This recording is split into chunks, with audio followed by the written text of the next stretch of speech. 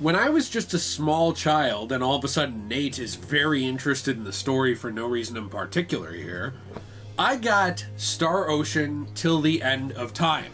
Now, I got this game from a friend of mine, let me play it at his house, let me borrow it. Then I ended up actually going home and buying it myself. And the point that I'm making here with this is that I love this series. I grew up playing this series, but I have never, ever seen this series marketed on anything. I know they've released trailers, I know that they've released things like that on YouTube. A lot of those trailers are not very good, by the way.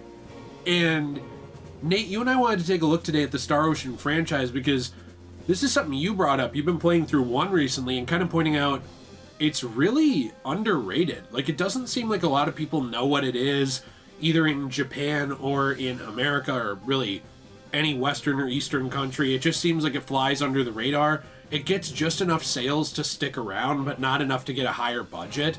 And I think it's really unfortunate. Yeah, I mean, the Star Ocean series in general is very similar to Final Fantasy. What's weird to me is the Final Fantasy series gets a lot of marketing, either online, in stores, whatever the case is. Any Final Fantasy game that gets released has a ton of marketing with it. So I don't think people know about them. So the sales aren't as high, but to me, they're almost as good, if not just as good as Final Fantasy. It's something we're going to take a look at today because I think it's rather unfortunate how Star Ocean could have been so much bigger than it is. If you enjoyed today's video, you want to leave a like, subscribe, let us know what you think in the comments down below. I do have a question of the day for you today, which is, have you ever played Star Ocean? And if you have, do you have a favorite title or not? Let us know. Because I think that this franchise is really underrated. I love it to death, and, it is similar in some ways to Final Fantasy. Like, I would say that it mixes together, and always has mixed together, the idea of real-time combat with turn-based combat. It reminds me a little bit, actually, of the style of Final Fantasy VII Remake and Rebirth, right, in a way, where, like, there's moves you can do that, freeze the game. So, like, you're doing Symbology, which is basically their version of magic. You're pulling up a menu, it's freezing the game, doing things like that. And in that way, it has elements of turn-based, right? Where you can kind of think, okay, what do I want to do now? But also, you can just kind of keep the timer and the battles flowing as well with more real-time combat. Again, similar to the Final Fantasy VII Remake series. And so it's like, I think it has this mixture of real-time and turn-based that fit together very well. They've always fit together very well. And they're different enough where I always describe the pitch of this as Final Fantasy in outer space. It's not always the exact same gameplay, but it's the idea of going through these story-rich worlds, encountering all these characters. There's a big narrative. A lot of times there's twists and turns. It's very JRPG. They have not done a good job getting people to care. Yeah, and I think that's the main problem is what's interesting is the Final Fantasy series, most of them take place on, not Earth, but like some sort of earthy type of planet, right? Yeah. But you're kind of just roaming around that space. Maybe there's different towns, different whatever you can explore. The Star Ocean series, except the first one. The first one's very, very much on kind of this one planet. You do step off the planet, but most of the Star Ocean series takes place in outer space and on planets. Yeah. So I think that was something that was very interesting and sets this series apart from Final Fantasy. I kind of just wish more people knew about it. And I think part of the problem with that, well, there's multiple problems with it. Yeah, which we can definitely talk about. The one I really want to bring up, the names of the video games themselves. Yes. So Final Fantasy, not to compare this always to Final Fantasy, but Final Fantasy... I think that's fair because Final Fantasy is Square Enix's big love child. Like, it's up there with Kingdom Hearts, right, where people, even if they don't play it, they've heard of Final Fantasy, they've probably heard of Kingdom Hearts. Like, they know that those exist. I don't think a lot of people have heard of Star Ocean. Right. Which, by the way, even just starting right there, Star Ocean, I'm sorry, not that you can't do any star anything. I think Star Wars and Star Trek ruined it for Star anything. Just right off the bat. Yeah, like if you're not, those are too popular. If you're not Star Wars or Star Trek, there's a lot of people who are going to look at that and say, oh, this is just a knockoff. Right. Especially when you look at things like the Federation and stuff in this, there are elements that are very clearly inspired by other science fiction. Mm-hmm. So right there, just the title Star Ocean, I like it a lot. The title of the series, But that right there is already at a disadvantage. And then you kind of get to the individual names you were going to go over. Yeah, and like Final Fantasy, I think, does it well, where it's just Final Fantasy X, Final Fantasy 11, 12, whatever. I mean, yes, you might think that's kind of boring, but people are boring. I think with Final Fantasy, people also can very easily wrap their heads around the idea that they don't have to play Final Fantasy 1 through 6 to play 7. Yeah, right. I don't know why that like people understand that very well. I don't think people get that with Star Ocean. Right. Either. Yeah, and I think part of the names just confuse people. You know, it's not Star Ocean 1, Star Ocean 2. The names are so stupid. Like, I'm just going to be honest with you. They're dumb. You have, like, Star Ocean, The First Departure. That works. And then they made, like, a remaster / remake, I guess I don't know what it is, of that game, Star Ocean, The First Departure R. I'm fine with that. I'm okay with it. Yeah. But then you have the second one, Star Ocean, The Second Story.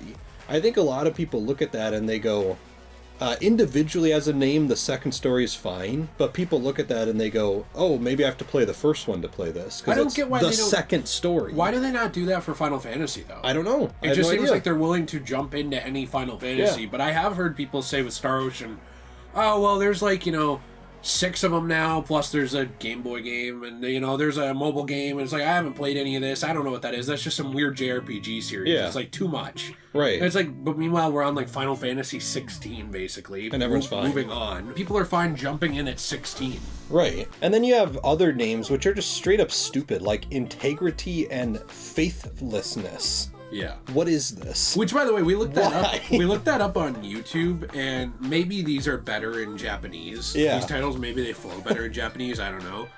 But when we looked that up on YouTube, people were so confused about that title that a lot of people were misnaming it Integrity and Faithfulness. Yeah, right. Or just trying to look that up instead. That was one of the top searches. Yeah. I think Till the End of Time works. I actually think that other than First Departure, Till the End of Time is like very simple. I think it works. It's just a little long. That's my only opinion. The Last Hope is pretty generic. Yeah. Like that one's fine. It's just simple. And that's a prequel. Yeah. So that I think they tried to make that as a jumping on point. Right. Like they were trying to get people to come back to the series with Xbox 360 and PS3 there, jump on and basically be like, this is the earliest game. Like, you don't have to have played anything. Right. Please play the game. But the problem with that is they titled it The Last Hope. So a lot of people are going to look at that and go, oh, The Last something? Are you serious? You really think people will do that? People are stupid. Okay, fair enough. I'm stupid. What if they're like, I am stupid. But where's the New Hope? Well, I'm just being serious here. Like, you're involved in YouTube. People are just dumb. Like, That's and fair. I'm meaning that as nice as possible. As someone who's probably the dumbest person like in Minnesota here, like I know how this works. People do not research things. They don't look further into things. They just see like the most generic thing out there and they go, "Okay, I know everything about this." They do this with... So you're saying they do a really bad first impression. That's what I'm with saying. the Like when franchise. people, if that's a prequel to the series, which it is, I'm saying if that's a prequel to the series and they want people to jump in at that point, people's first impression of The Last Hope is probably going to be more like, this is the last one. Right. Not, this is the first one in the series. No, you're right about that. So I'm just saying, like, it's a simple title, but you could even spin it in a way that this is confusing. Well, and even with the first impressions, you and I were watching trailers online for these games. I don't think that they do a very good job framing these games Yeah. to try and sell them. I actually think the best one I saw, the best two, were Second Story R, where they just explained what the game is. Yeah, like that's a they good basically trailer. were like, hey, we have these battles, we've got this world, all this stuff, because they were basically walking you through what the series is. Mm-hmm. And same actually with Integrity and Faithlessness as a trailer. Right. Where they walked you through what the game is, all this stuff. But if you actually watch like the trailer of the Till the End of Time re-release, it's just a bunch of like NPCs talking. Yeah. If you watch the trailer for First Departure R, it's not exactly exciting. Yeah. And so I think that a lot of times they don't know how to disguise their low budget with that first impression.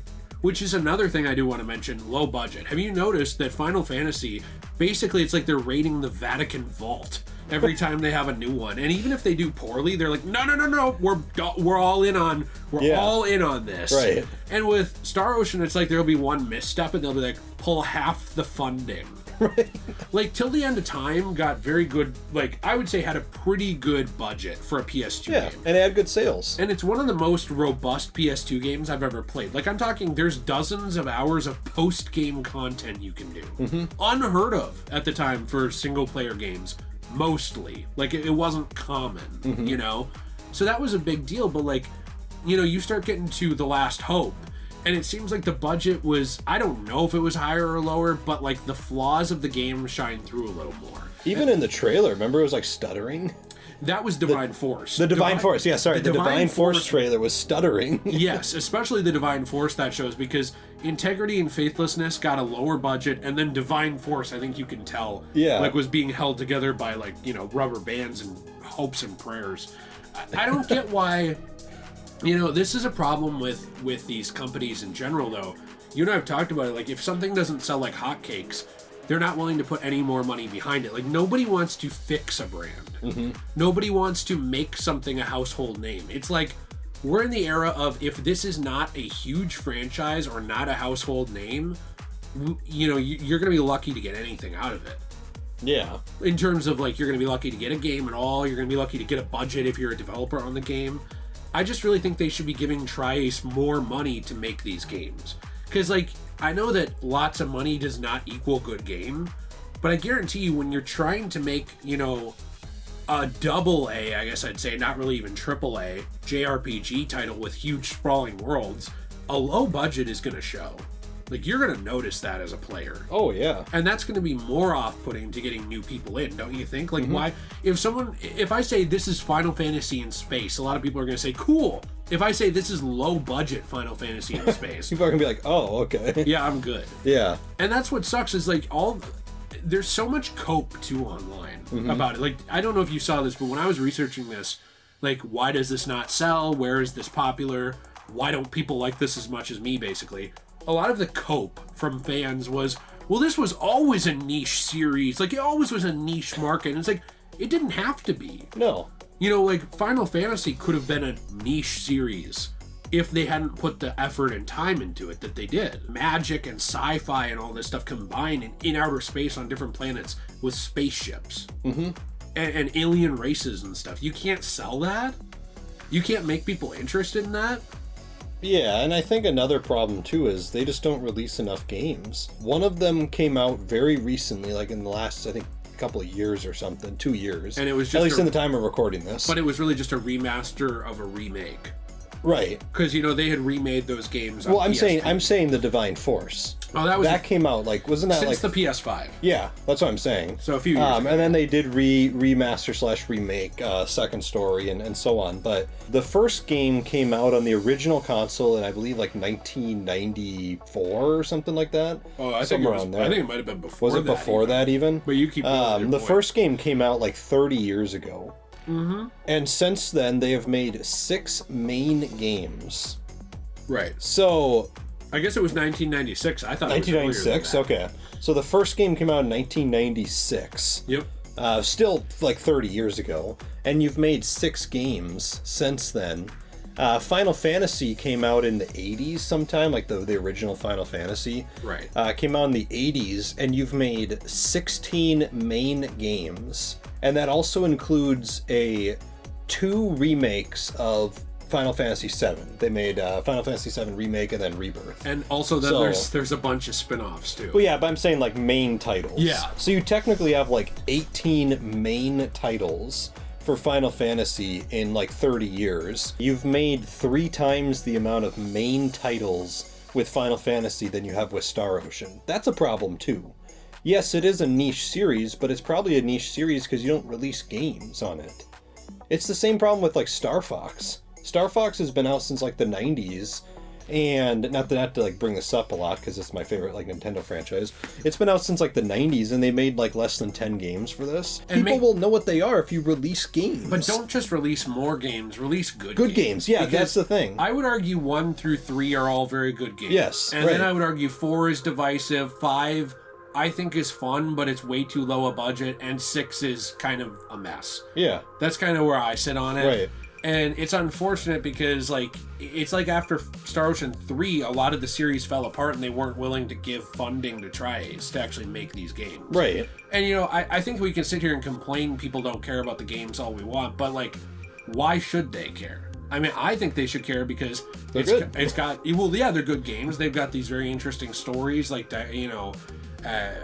the word diverse has been ruined now, but like a diverse set of worlds. Yeah. You know, where it's like sometimes you're on a snow planet, sometimes you're on a grass planet, sometimes you're on a planet with all these different things on it. There's like cultures on those planets where like you'll go to a planet, they might worship some god there, and there might be like some geopolitical conflict. Mm-hmm. You go to a different planet, it might be a sci-fi utopia. Right. Like they're very different settings, and they all exist in this similar world. It reminds me very much of things like Star Wars or Star Trek, where, you know, you get all these different settings and characters and stuff, but you get a crew that grounds it because you have a set group of characters that you follow. Yeah. And I also think it does a very good job with like character designs. I think they're always fun.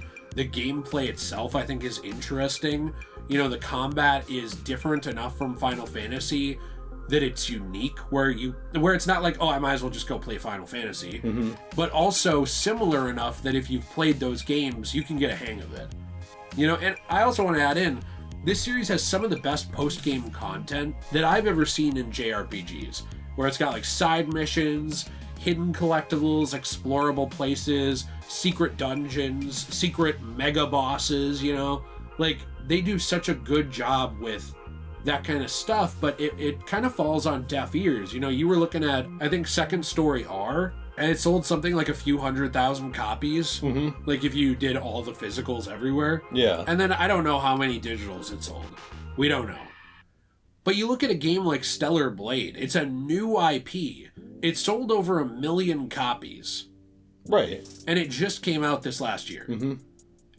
All the marketing it had was, this looks like fun gameplay, cool outfits, and these chicks are hot. But that was it. Like, how come a game like that can come along?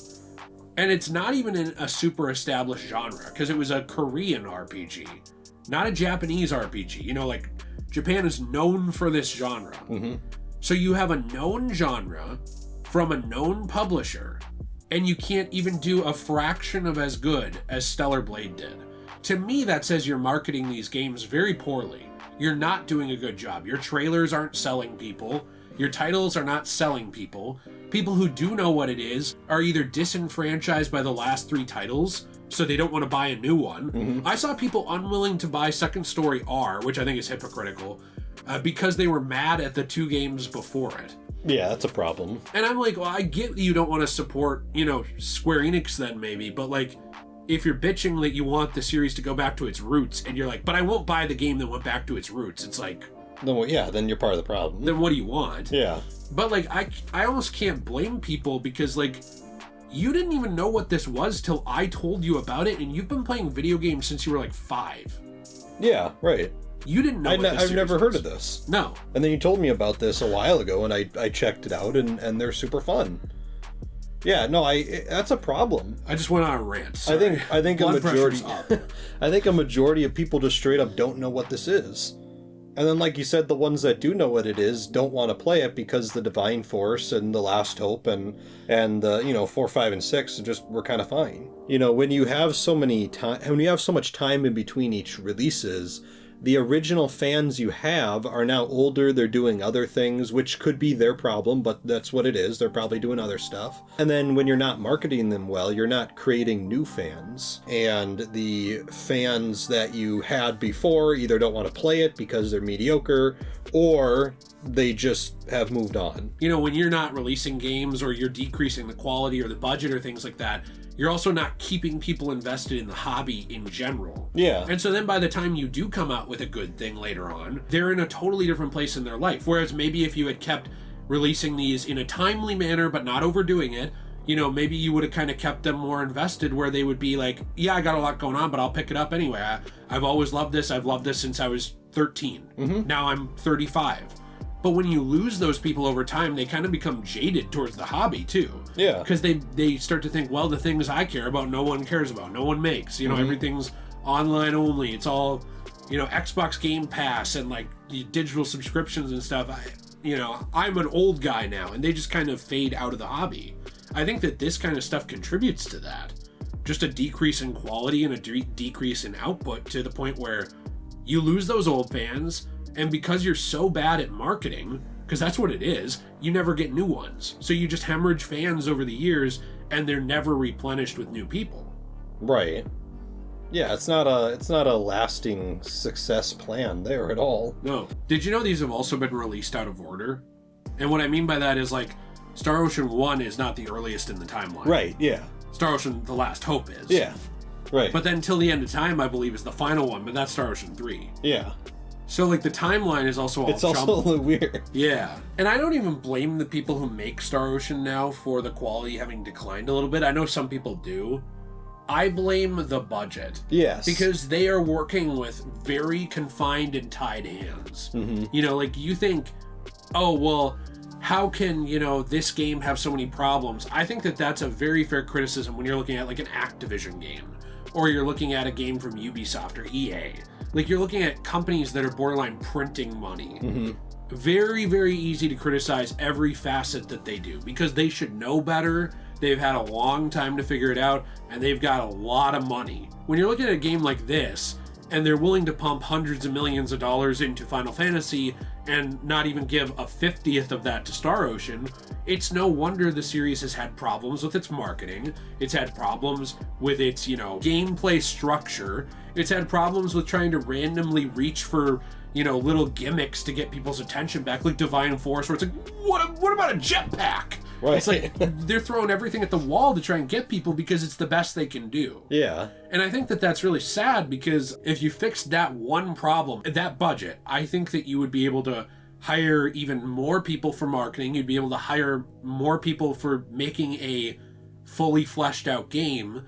And there wouldn't have to be so many confines on the game's development. And maybe they could hire someone to make better titles. Names, right? Yeah, make better names. So I keep bringing that up. Maybe they should hire. They should hire you. They should. I would do a better job. How much would your minimum asking price be to come up with a title per game? $1,000? Yeah, that'd be fine. I'd do it for like $100. Just give me $100, I'll come up with a title. Okay. That's fine. You'd be sitting over it for hours, like, Well, I could come up with a better title than the guy in Pixar who came up with Cars. You don't think you could come up with something better than Star Ocean and Amnesis? I don't know if I could top that, no. Personally. It's such a good franchise, it's such a good series. Even the games themselves that are not as good as the first three, like 4, 5, and 6, I still think are fun. It's not like they're just horrible, awful messes of games. Like, they're still fun games. I don't think people really know about it, and I think people they're not willing to get new people in it, so therefore more people aren't coming to the series, and I just wish more people did. So you have more people leaving the series fan base versus entering it. Yeah. Yeah, I think that's a real issue. I just think, and the game series themselves, like, they're almost as good, if not as good as Final Fantasy. Yes. Like, it's not like this is like knockoff Final Fantasy. These are excellent games. Yeah. And I guess I just kind of wish more people played them, is all. I do too. And I think that there's a lot of things they could do to appeal to a wider player base, but they're just not willing to. Yeah. So let us know what you think in the comments down below. I'll be interested to hear your thoughts. Have a fantastic day. And as always, everyone, stay shui.